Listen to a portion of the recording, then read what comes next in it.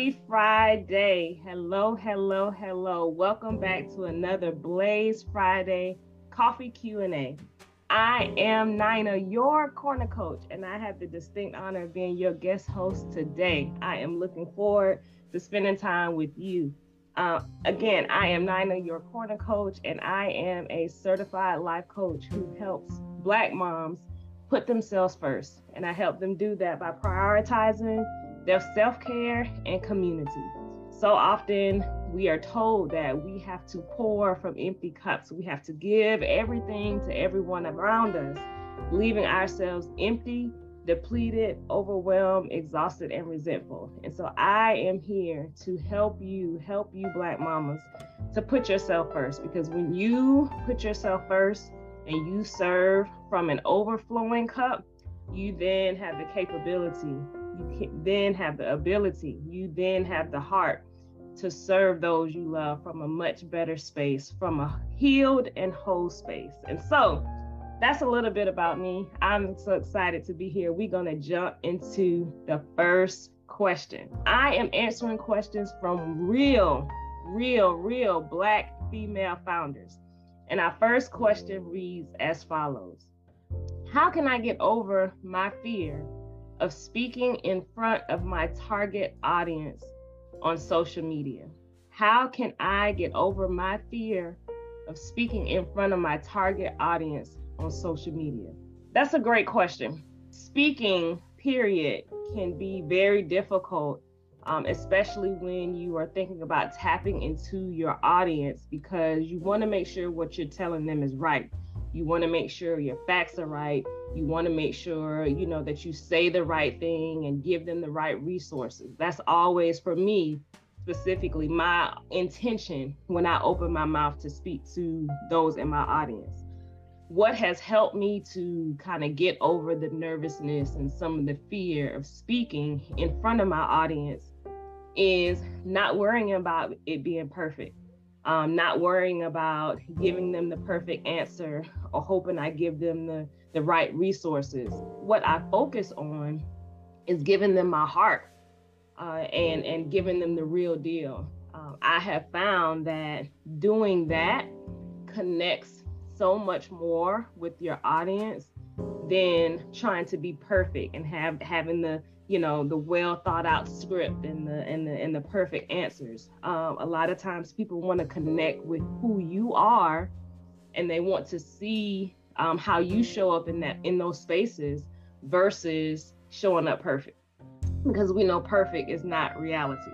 And so that is how I have learned to get over my fear of speaking in front of my target audience. Okay, I hope that helps you. Our next question reads, how do I know what my target audience should look like? How can I narrow it down versus serving to everyone? I would say to this answer, how do I know what my target audience should look like?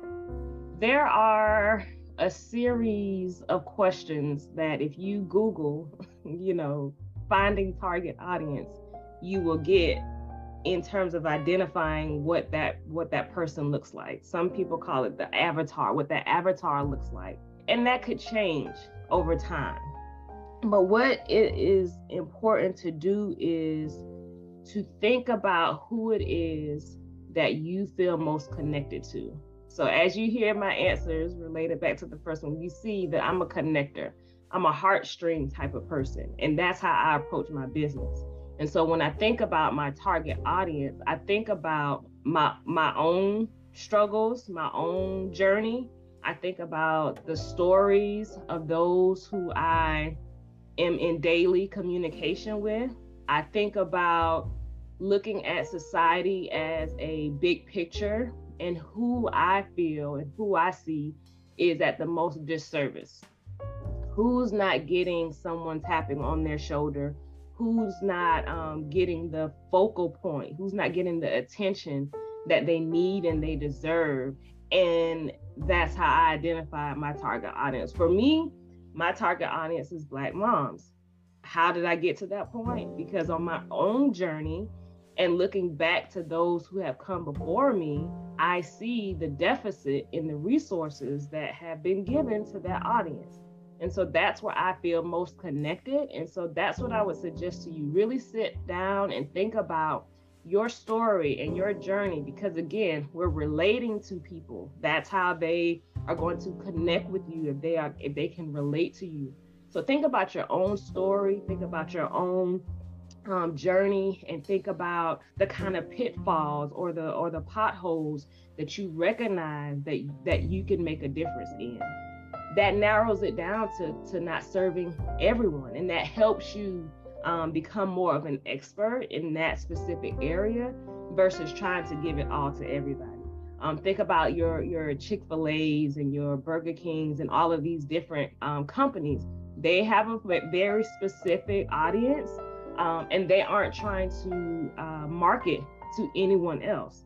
And so that's because of their own journey and understanding where they most have the best impact in reaching. So I hope that helps. On to our next question. What has been your greatest joy in entrepreneurship? What makes it all worth it? You know, I ask myself this question every single day. But the greatest joy in entrepreneurship is designing things. I would say, designing the journey to be exactly what I want and I need it to be. There is no greater feeling than to, walk into my office space or sit at my desk and design the day to what I need it to be, and not have to clock in or not have to think about I only have a certain number of days of PTO and I got to get a vacation in within those days. There's certain things that I can say and can't say in this, office space. I don't have to worry about that in entrepreneurship. And that's just for me. That's not everybody's story. That's not everybody's answers. But I have learned in my journey that I am not one to really follow by a lot of rules. I'm not one to want to ask for permission. I like to make impact in the way that I like to make impact. And so that has been my greatest joy, being able to create my own path and my own lane, and do it in the best way that I know how to do it, without any restrictions, without any boundaries, without any boxes. I can do it without limitations, the way that I want to in my own timing. What makes it all worth it? Knowing what tomorrow holds is what makes it worth it. There are a lot of challenges, and there are a lot of struggles that could come with this journey, but knowing what I am designing for my future, what I'm designing for my family's future, that makes it all worth it. So in closing, I hope that helped. It's been great to answer those questions from you, Black female entrepreneurs. Stay encouraged, stay motivated. In closing, I would like to say, as a guest host for the Blaze Friday Q&A, I just want to talk about what Blaze has meant to me in my business. I have been a member of the Blaze community for probably about a year and a half now.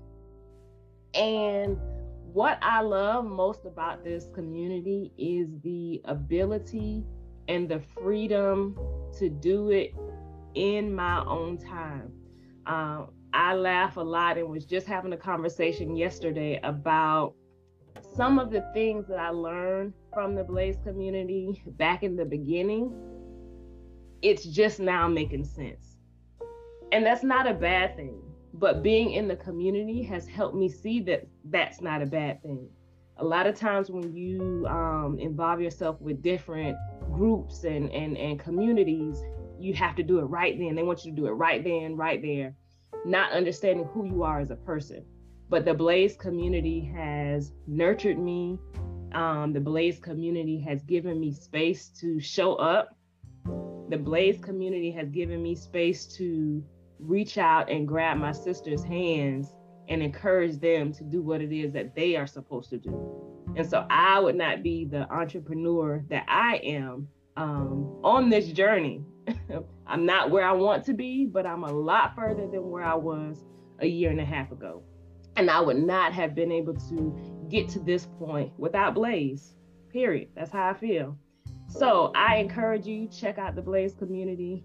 There is something for you at some level of the spectrum. There are a lot of resources, there are a lot of community opportunities, and there are a lot of sisters here waiting for you to grab your hand and to walk with you, to walk beside you, in front of you, behind you, all of that. And so come check out the Blaze community. Again, I am Nina, your corner coach. And if you are a mom who is doing the best that you can with what you have, but you still find yourself extremely exhausted, you find yourself resentful because everyone else around you has what they need, but you are empty, and you know that this is not the way you want your motherhood journey to last, I encourage you. I want you to connect with me. I am on all social media platforms at Your Corner Coach. Your Corner Coach. I do one-on-one coaching. I do events. I host events and experiences that put you in the moment to experience these self-care activities that you may not do on your own. I provide a community of other Black mamas that will hug you, that will love you, that will support you without judgment, without shame, without guilt. So connect with me. We have a lot of events going on and just a lot of space for you to just show up to get what you need, because everyone else is taken from you. And so it's time for you to put you first. So follow me at Your Corner Coach, and I can't wait to connect with you there. So that's all we have for today's episode of Friday Q&A with the Blaze community. We hope to see you next week. And until then, take care of yourself. Have a great one.